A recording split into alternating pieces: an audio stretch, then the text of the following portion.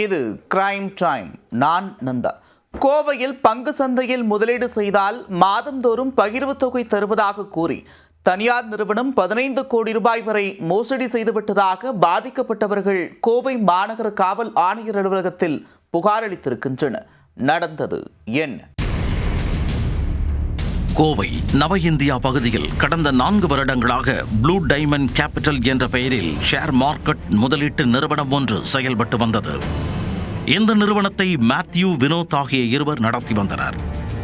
இந்த நிறுவனத்தில் 30க்கும் மேற்பட்டோர் பணிபுரிந்து வந்த நிலையில் இவர்கள் தினந்தோறும் வாடிக்கையாளர்களுக்கு அலைபேசியில் தொடர்பு கொண்டு தங்கள் நிறுவனத்தில் முதலீடு செய்யுமாறு வலியுறுத்த ஆரம்பித்தனர். 1 லட்சம் ரூபாய் முதலீடு செய்தால் மாதந்தோறும் 10,000 ரூபாய் பகிர்வு தொகையாக கொடுப்பதாக ஆசை காட்டி உறுதியளித்துள்ளனர். அதை நம்பிய முதலீட்டாளர்கள் பலரும் லட்சக்கணக்கில் முதலீடு செய்ய ஆரம்பித்தனர். முதல் சில மாதங்களாக முதலீட்டாளர்களுக்கு மாதந்தோறும் முறையாக பகிர்வு தொகையினை அந்த நிறுவனம் கொடுத்து வந்தது. இதனை பார்த்த பலரும் தங்கள் சேமிப்பு பணத்தை இந்த நிறுவனத்தில் முதலீடு செய்துள்ளனர். மாதந்தோறும் வாடிக்கையாளர்களுக்கு வட்டியாக 10% கொடுத்து வந்த நிறுவனத்தினர் அதன் பின் பங்குச் சந்தையில் சரிவு, தங்கம் விலை உயர்வு, அமெரிக்காவில் ஆட்சி மாற்றம் என அடுக்கடுக்கான காரணங்களை கூறி படிப்படியாக பகிர்வு தொகையை குறைக்க ஆரம்பித்தனர். இதனிடையே ப்ளூ டைமண்ட் கேபிட்டல் நிறுவனம் மேலும் ஒரு புதிய நிறுவனத்தை தொடங்கி அதில் பொதுமக்களின் பணத்தை முதலீடு செய்ததாக கூறப்படுகிறது. இந்நிலையில் கடந்த 8 மாதங்களாக முதலீட்டாளர்கள் யாருக்கும் பணம் கொடுக்காமல் அந்நிறுவன உரிமையாளர்கள் இருவரும் தலைமறைவாகிவிட்டதாக கூறப்படுகின்றது. இதனால் அங்கு முதலீடு செய்த பொதுமக்கள், முதலீட்டை பெற்றுத்தந்த ஏஜென்ட்டுகள் மற்றும் அங்கு வேலை பார்த்து வந்த ஊழியர்கள் உள்ளிட்டோர் கடும் அதிர்ச்சி அடைந்துள்ளனர். ப்ளூ டைமண்ட் கேபிட்டல் நிறுவனம் தங்களை ஏமாற்றியதை உணர்ந்த பாதிக்கப்பட்டவர்கள் இதுகுறித்து கோவை மாநகர காவல்துறை ஆணையரகம் அலுவலகத்தில் புகார் அளித்தனர்.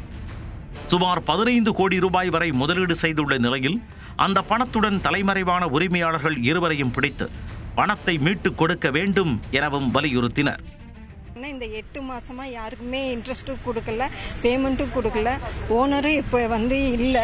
இப்போ அவர் எங்கே இருக்காருன்னே தெரியல. ஃபோன் பண்ணாலும் ஃபோன் எடுக்க மாட்டேங்குது. ஒவ்வொருத்தருமே 1 கோடி, 2 கோடி, 4.5 கோடி, நான் மட்டுமே 1.5 கோடி போட்டிருக்கேன். இது அக்கௌண்ட் ஃப்ரீஸ் ஆகிருக்கு, ரெடி பண்ணி கொடுத்துட்றேன், லோன் ப்ராசஸிங் ஆகிருக்கு, அமௌண்ட்டு கொடுத்துட்றேன், இந்த மாதிரியே தான் சொல்லிட்டு இருக்காங்க. ஆனால் இப்போ வரைக்குமே எதுவுமே கொடுக்கல. நம்பிக்கை வார்த்தை சொல்லி எல்லாத்தையுமே நம்பி தான் உட்கார வச்சுருக்காங்க. ஒவ்வொருத்தருக்கு ஸ்டாஃபுமே 50 லட்சம் 30 லட்சம் அவங்களோட விற்று வீடு கட்டுறதுக்கு வச்சிருந்த பணத்தையும் போட்டிருக்காங்க. அவங்க தங்கச்சிக்கு நகை, கல்யாணத்துக்கு வச்சிருந்த நகை அடமானம் வச்சு எல்லாம் போட்டிருக்காங்க. எல்லாருமே இதில் இன்வெஸ்ட் பண்ணியிருக்காங்க. ரொம்ப நம்பி ஏமாந்து இப்படி நின்றுட்டு இருக்கோங்க சார். 560 பேர் பக்கம் பணம் போட்டிருக்காங்க சார்.